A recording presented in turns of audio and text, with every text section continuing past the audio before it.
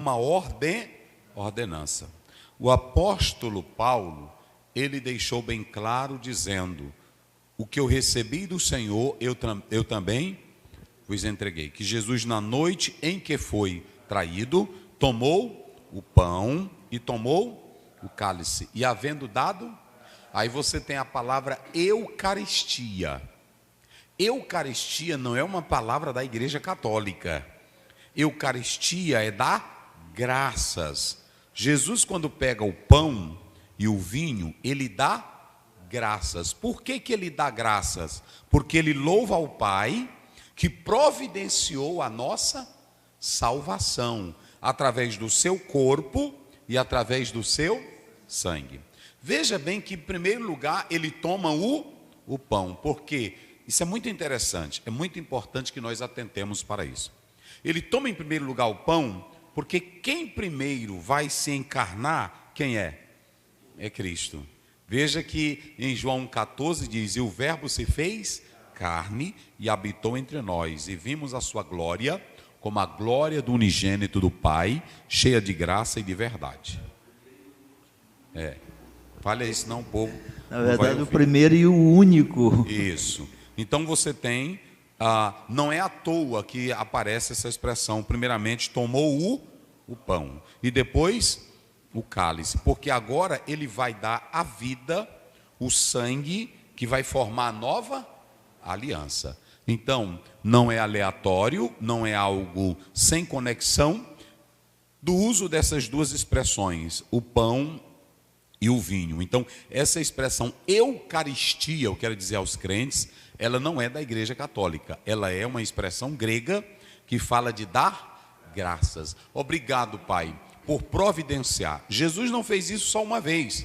Ele disse: muitos profetas desejaram ver o que vocês estão vendo e ouvindo, mas não tiveram esse privilégio. Por isso que ele diz: graças te dou, ó Pai, porque ocultaste estas coisas aos sábios, aos entendidos, mas revelastes aos pequeninos. Então Jesus mesmo, ele estava dando graças a Deus por providenciar a nossa salvação. E para isso ele teria que ser partido, Isaías 53, mas ele foi ferido, e aí ele teria que derramar o seu sangue. Atos 20, o apóstolo São Paulo diz que a igreja ela foi comprada com o sangue de Deus, que é o próprio sangue de Cristo Jesus. Então, nessa verdade prática, a Santa Ceia, ela é uma ordem.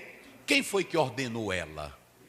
O próprio Cristo. Vamos ver Mateus 26, 26. Assim como ele ordena o batismo, ele também ordena a Santa Ceia para a igreja realizar. Vamos lá. Mateus 26, 26. Enquanto comiam, Jesus tomou o pão e, abençoando-o, partiu e o deu aos discípulos e disse: tomai, comei, isto é o meu corpo. Pode ir.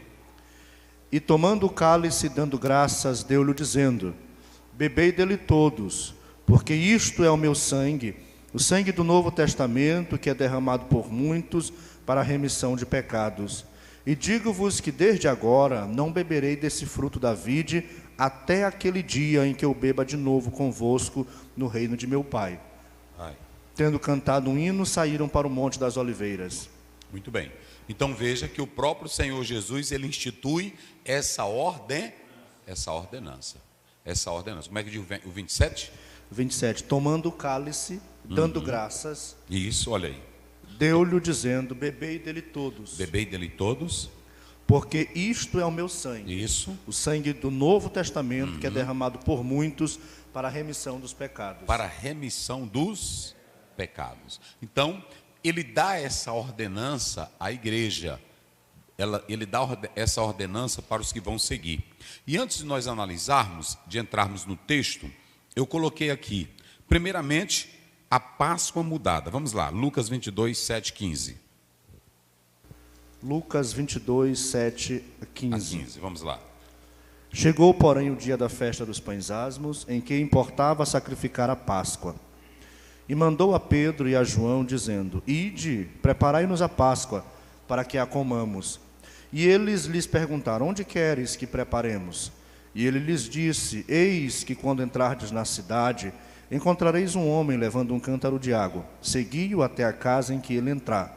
E direis ao pai de família desta casa: o mestre te diz: onde está o aposento em que hei de comer a Páscoa com os meus discípulos? Isso. Então ele vos mostrará um grande cenáculo mobiliado, aí fazei os preparativos.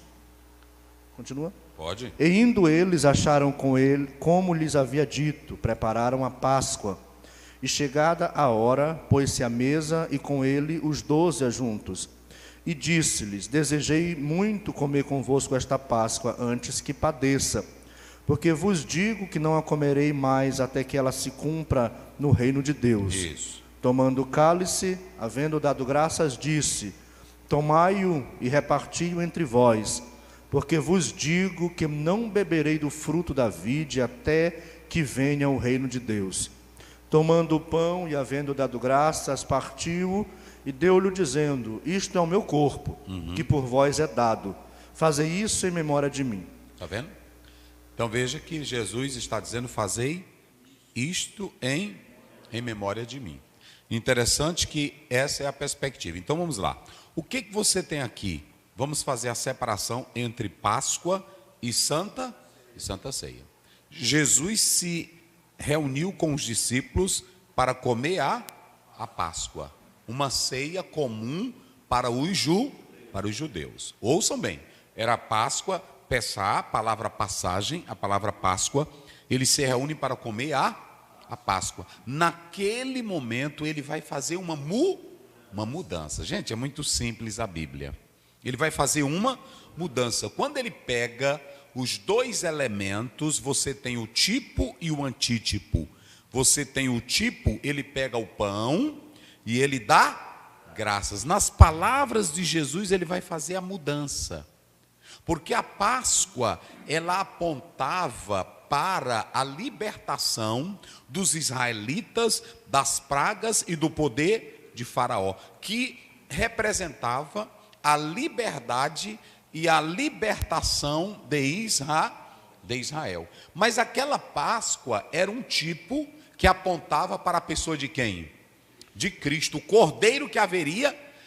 Assim como no Velho Testamento, a Páscoa simbolizava a passagem de uma vida de sofrimento, de uma vida amarga, de uma vida de opressão para uma vida de liberdade, porque Israel já era salvo em Deus, porque eles creram no Senhor e chamaram Deus para as suas vidas, e eles foram salvos para a liberdade, para a libertação do poder do Egito, não é isso?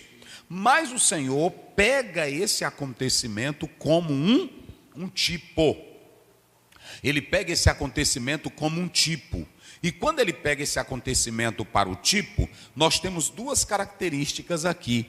Isso, você tem o sentido da Páscoa no Antigo Testamento, ok? Que ele apontava para um aspecto escatológico, a futura vinda de Jesus Cristo, que pela morte como Cordeiro de Deus, João 1,29, iria tirar o pecado do mundo. No dia da Páscoa, quando eles estão comendo naquela ceia, ele muda, ele toma o pão e dá graças, e a partir de agora, pelas suas palavras, ele institui a Santa Ceia, que não é mais a mesma coisa da Páscoa, porque agora ele está apontando a Santa Ceia, que pela morte dele como Cordeiro de Deus, oferecido uma vez por todas, ele estaria tirando o pecado do mundo, daquele que passasse a acreditar nele. Então, quando ele diz isso, vocês podem observar que ele traz agora um novo sentido para a Santa, que está falando do quê? Morte e redenção. Então, nós podemos analisar que dentro desse assunto, o Senhor Jesus Cristo, com as suas palavras, ele agora institui a Santa, quando ele diz: fazei isto em memória de mim. Não é mais em memória da libertação do Egito, é em memória da sua morte e da sua ressurreição. E é interessante os irmãos compreenderem que quando ele faz essa expressão, em memória de mim, não é algo morto. Nós falamos aqui do símbolo que representa algo visível, não é isso? Mas aqui é trazer algo vivo para um Cristo que está vivo. Para um Cristo que está vivo. Então, nós temos que analisar isso. Eu coloquei aqui, antes de entrarmos no texto, nós temos a posição católica romana da transubstanciação. O que vocês podem analisar? Nós colocamos aqui diversos argumentos sobre essa particularidade desse fenômeno aqui da transubstanciação, que foi ensinada pela Igreja Católica. Importante os irmãos entenderem que esses argumentos que vão estar presentes na Igreja Católica, bem como em Lutero, já foi tratado lá atrás pelos pais da Igreja. Justino Marte e também Inácio de Antioquia, que eram os pais da Igreja, eles já tinham uma noção sobre a Santa Ceia do Senhor. Os pais da Igreja, eles tinham 4 pontos sobre a Santa Ceia. Primeiro, foi instituído por Jesus Cristo. Disso eles não questionavam, já estavam certos. Segundo, eles diziam que a presença real, Inácio de Antioquia, não eram todos, mas Inácio de Antioquia e Justino Marte diziam que no pão e no vinho estavam a presença real de Jesus, que é o que nós vamos ver dentro da Igreja Católica e também pelos luteranos. E em terceiro, falava de um aspecto memorativo. Quando Jesus Cristo diz, fazei isto em memória de mim. E em quarto lugar, falava da comunhão entre os membros da igreja, que essa comunhão foi formada pelo sangue de Jesus Cristo. Em 1 Coríntios 1:9, para a comunhão foi que Cristo nos chamou. Eu estou mostrando os 4 pontos que os pais da igreja tinham sobre a Santa Ceia. Ok? Aí quando você chega aqui, a Igreja Católica Romana, ela fala da transubstanciação. Aí é muito importante aqui, porque quando nós pegamos essa doutrina católica sobre a transubstanciação, eles diziam que no ato da ceia, o pão e o vinho se transformam no corpo e no sangue de Cristo. Veja que a Igreja Católica. Mas aonde foi que a Igreja Católica encontrou isso? Porque Jesus não disse, ele não disse assim, olha, no momento da Santa Ceia, esse pão e esse sangue vão se transformar em mim. Jesus não disse, ele disse assim, isto é o meu, mas ele mesmo disse, fazer isto em memória. Em memória.